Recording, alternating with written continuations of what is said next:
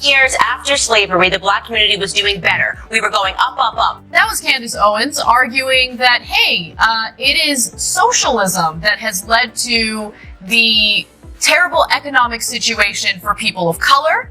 And the debate that she had was with Cornel West, as you might have seen in that video. Laura Ingraham hosted this debate segment.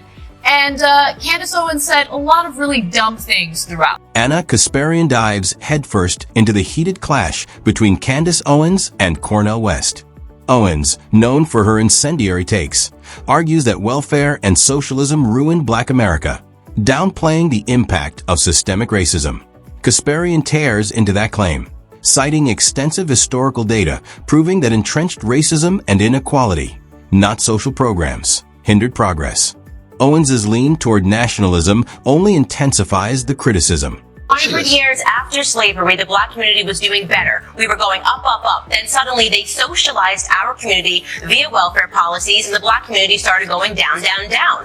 And you're sitting here supporting a candidate that is advocating for making that on a larger scale. He's saying, we're not just going to do it to the black community, we're going to do it to every community in America. You know his policies do not work. You know that socialism has led to more deaths than anything else in the last 100 years.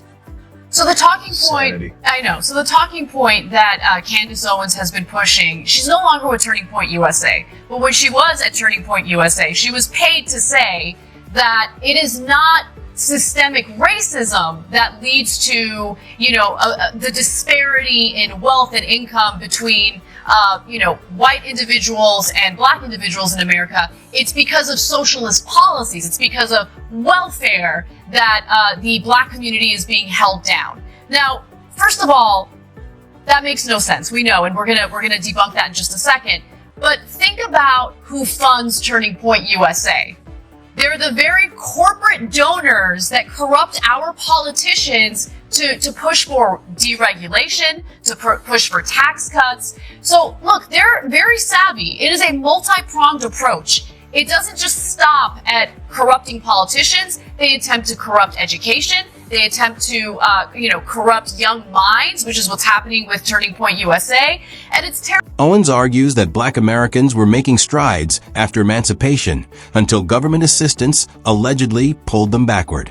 She casts Cornel West as a dangerous socialist aiming to spread that harm nationwide, blurring the lines between democratic socialism and authoritarian regimes like Stalin's or Mao's. Kasparian pushes back, stressing that programs like Social Security and Medicare are meant to empower, not control, the public. People like Candace Owens lead pathetic lives because they're paid to sell their own identity out. And so that's just the reality of it, because none of the things that she says is true. And so I guess they get paid handsomely. I don't know how they sleep at night. So let's begin to correct the things that she said. First of all, she, on two different occasions there, supported white nationalism, which has murdered black people in this country for hundreds of years. It was white supremacy, the idea of that drove slavery, Jim Crow, the Klan, etc. Now you have a African-American woman paid to defend white nationalism. That is disgusting. Okay, and then in the earlier clip, she talked about, African-Americans were doing fine for 100 years after slavery until welfare came to help them. Really, they were doing fine? How about the lynchings? How about the Klan? How about the bombings of the churches where little girls were massacred? You think they were doing fine? How about when they didn't allow African Americans to vote, even though they had the right to vote? That's what the 1964 Civil Rights Act and Voting Rights Act were all about. So the horrible years where they're being oppressed against the law and against the Constitution, you call the good years. Mm-hmm. And then when someone actually tries to help the African American community, you say, that's when things start to go down, down, down. I mean, it's so perverse. And by the way, she didn't even mention Jim Crow laws, right? Of course. Yeah, she didn't mention any of the stuff that actually matters. I don't know if she's just pathetically stupid and doesn't know any history at all, or she knows the history of how brutal white nationalism. Where's my money? The only color I see is green. You want me to sell out black people and lie over and over and over again about how wonderful white people were to us as they were lynching us in the South? Great! Where's my check? I'm in, right? None of it is backed by facts. I mean, listen to what she said about the Nazis. She said it would have been fine if they just stayed in Germany. Really? If they just murdered all the Jews and the Poles and the minorities and the LGBT community and the Roma and all those people inside Germany, that would have been fine? That would have been fine. Do you know what Hitler did to African American athletes? Of course you don't, because you're a moron that doesn't know a goddamn thing, okay? And so now she says, oh, well, look, if they just made the trains run on time inside Germany, everything would have been hunky-dory.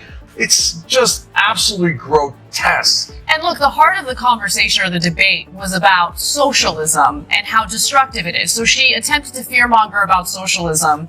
And look, Cornel West, you should watch the full debate because he did such a fantastic job rebutting her and giving real evidence and logic to her arguments.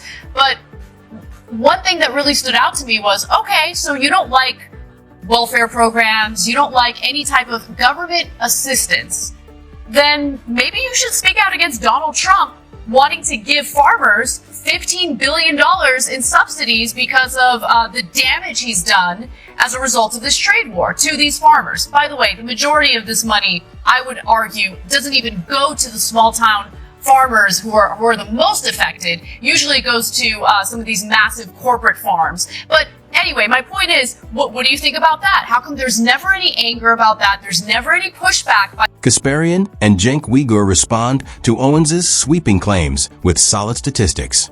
Programs such as Medicare and Social Security support millions and have widespread approval across party lines.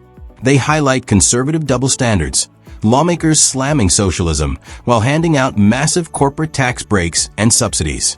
Owens's fantasy of a post-slavery golden age crumbles under the weight of lynching, Jim Crow laws, and voter suppression, only challenged by federal action like the Civil Rights Act. Her earlier remarks defending Hitler's nationalism reveal, as Kasparian puts it, a dangerous misunderstanding of history. So now, what is corporate socialism, what Anna's referring to? Bank bailouts. Tax subsidies. You know that the oil companies are still getting billions of dollars in subsidies. For what? For what? They're the most profitable companies in the world. Why should they be getting subsidies? That is socialism for the rich. And Candace Owens doesn't mind any of that. She's like, did the check clear? Then I love corporate socialism. That's how she makes a living. That's what she's paid. She's paid to tell these horrible lies to deceive people because of corporate socialism. Ironically, she's also the benefactor of that. She doesn't do anything productive for a living. And then says, what do you need me to say? I'm here for you. And so she lives like a socialist every day, Cenk. Okay, but it's a corporate socialist. And since she has such strong words against socialism and these, government safety net programs, I just want to note that a Harvard study done in 2009 indicated that 45,000 Americans die every single year because of our terrible capitalistic healthcare system. We also have this huge issue where, capitalism has led to private prisons where now there's a profit motive to imprison as many people as humanly possible and to pass these insane tough on crime laws. So has that had any impact on the black community in America? Because I believe it has. But you don't want to talk about that. That's the type of capitalism you love, right? So, look, it's not to say that you can't ever be a black conservative. If you care about balancing budgets, if you care about, hey, did the SNAP program go too far and create some degree of dependency, although it did save and help millions of kids get food assistance, etc., so they don't starve to death. Well, we can have an intelligent conversation about that. But an intelligent conversation is not Candace Owens telling you that the period of lynchings in America was wonderful for African Americans, and that if the Germans had just murdered Jews inside of Germany, then everything would have been great. No, she is the definition of a... Cornel West counters Owens with calm, fact-based arguments, advocating for social programs as tools to close inequality gaps. While West stays composed, Uygur takes a sharper tone, calling Owens's rhetoric embarrassingly ignorant and profit-motivated. Both hosts caution that her narrative distorts the truth and harms meaningful dialogue, turning her into a warning sign of how toxic discourse can derail justice for the marginalized.